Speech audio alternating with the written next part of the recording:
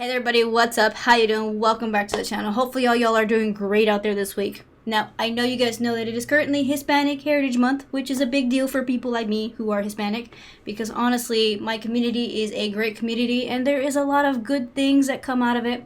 So because of that, I really want to showcase at least a few comedians that really embody what it is to be Hispanic.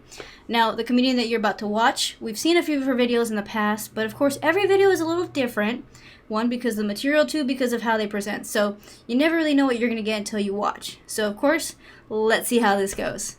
My dad's here tonight. Give it up for my dad. He's in the house. Parent videos, nice. My daddy-o. My dad's so cool. I'm gonna tell you a little bit about my dad. My dad is like Mr. Cool Guy, like life of the party, you know what I mean? Like super athletic, like really into sports. Like my dad's the kind of guy who watches a boxing match on TV as if he is in the boxing match on TV. You know what I mean? Like he'll watch it like this. Oh, that is so, yeah, I've seen that before. It's like, whoa, Dad, are you winning? He got us involved in sports when we were younger, but not like the legit way. Only if it was free to sign up and you got a free t-shirt to play. Because if you had to pay for uniform, forget it, you can't be on that team. No, you can't. You can't. Mm-mm. For instance, I ran track and field growing up, but I wasn't on a track team.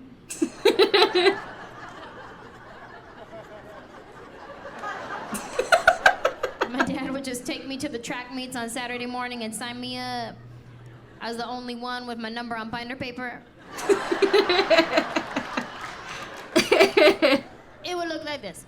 Lane 1, Lincoln High School, blue and gold. Lane 2, Gunderson High School, brown and gold. Lane 3, Angela. And some jeans, a t-shirt, and a pair of flip-flops. I didn't know what I was doing. I wasn't trained properly. Everybody else is lined up and they're professional, like, I'm a runner, this is how you start, position, except for me, because I was up there like this.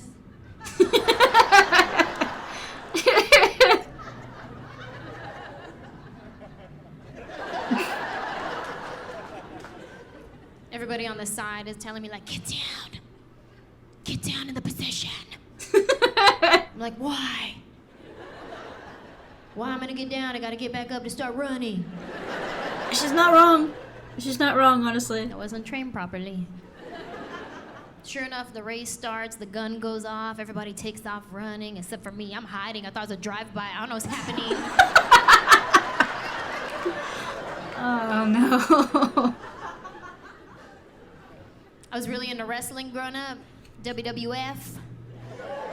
Right? Before it was WWE.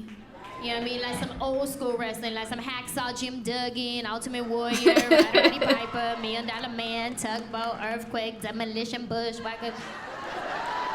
Okay. I was 7 years old into wrestling, right? You know when a kid does something good in school, you give him like a toy or a prize or something, right? Well, I'm 7. I got good grades one time.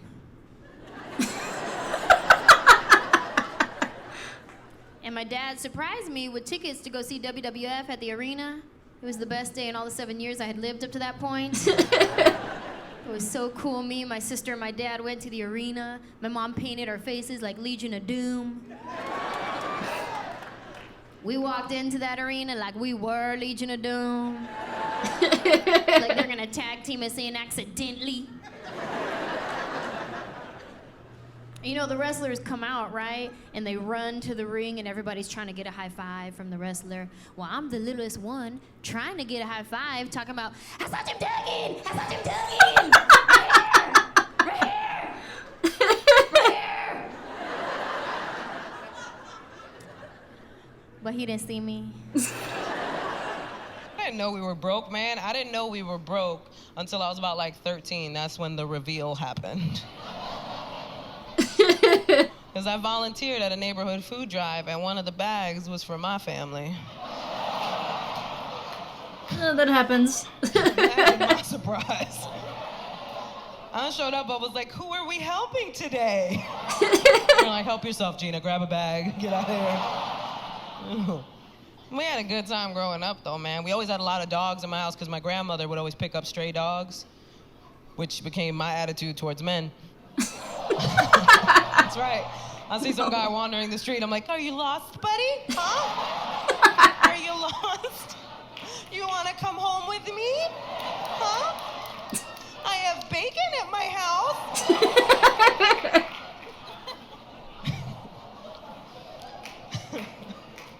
We fed our dogs rice and beans just like us.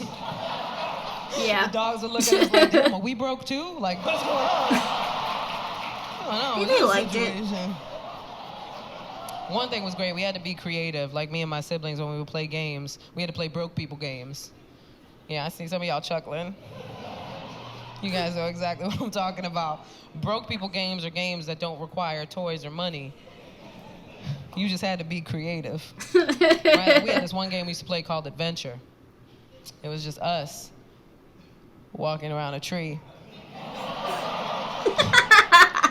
You had to hold on to the tree because if your foot touched the floor, you were out. That was the adventure part. The floor is Played lava. another game called Paperball. You crumble up a paper, you throw it to somebody, you got to keep it in the air because if it hits the floor, you're out. The floor was an integral part of many It kind of was. broke people games. Honestly, it was. Which is why the floor is lava is a historically broke person game. Mm-hmm. Some of these Yep. games are passed down from broke generation to broke generation. The floor is lava is one of those games. If you played the floor is lava and you had money, you were appropriating broke culture, and we don't appreciate that. Go to a theme park. You got the money. Why you gotta take from us? We weren't broke forever. I feel like people always panic when I say that we were broke. We weren't broke forever. My parents are Latinos. They worked really hard to get us out of that situation. You know, we went from broke to, okay, we doing all right. To, oh, we got some money now. And then back down to, okay, we doing all right. Because when broke people get money, they don't know what to spend it on. You spend it on your fantasies. We got a little bit of money, and my dad bought a boat. Okay. We lived in the South Bronx. Where shall we sail, Papa? Shall we follow the pissy smell to the Isle of Manhattan? Let us away to sail.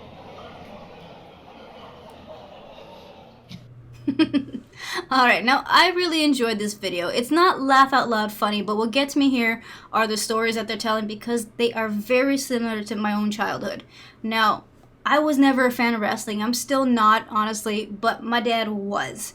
And he would, scream at the TV, cheer on whoever the contender was. And then at the end of the entire event, it was him trying to test out the moves to see if he could get them correct and be the wrestler that he wanted to be.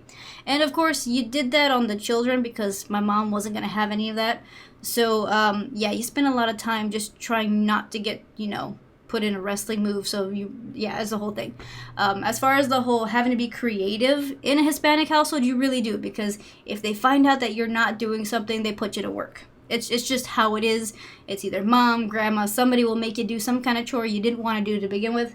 And there's not a lot of money going around, so you make up games. Now, the floor is lava is one of those really big ones because, there's a lot of things to jump on. You had couches, you had fences, the roof. Anything that you could really get elevation on was part of that entire game. And because of that, it's just a big flashback for me, and I really enjoyed it. So I hope you did too. If you did, please make sure to hit the like and subscribe buttons down below. Also, make sure to hit that little notification button. That way you guys know when I drop my next video. And if you get the chance, check out my Twitch streams on Wednesdays and Fridays. Just check my page for the times. Well, thanks for joining me here today, everybody. Stay spicy, my friends.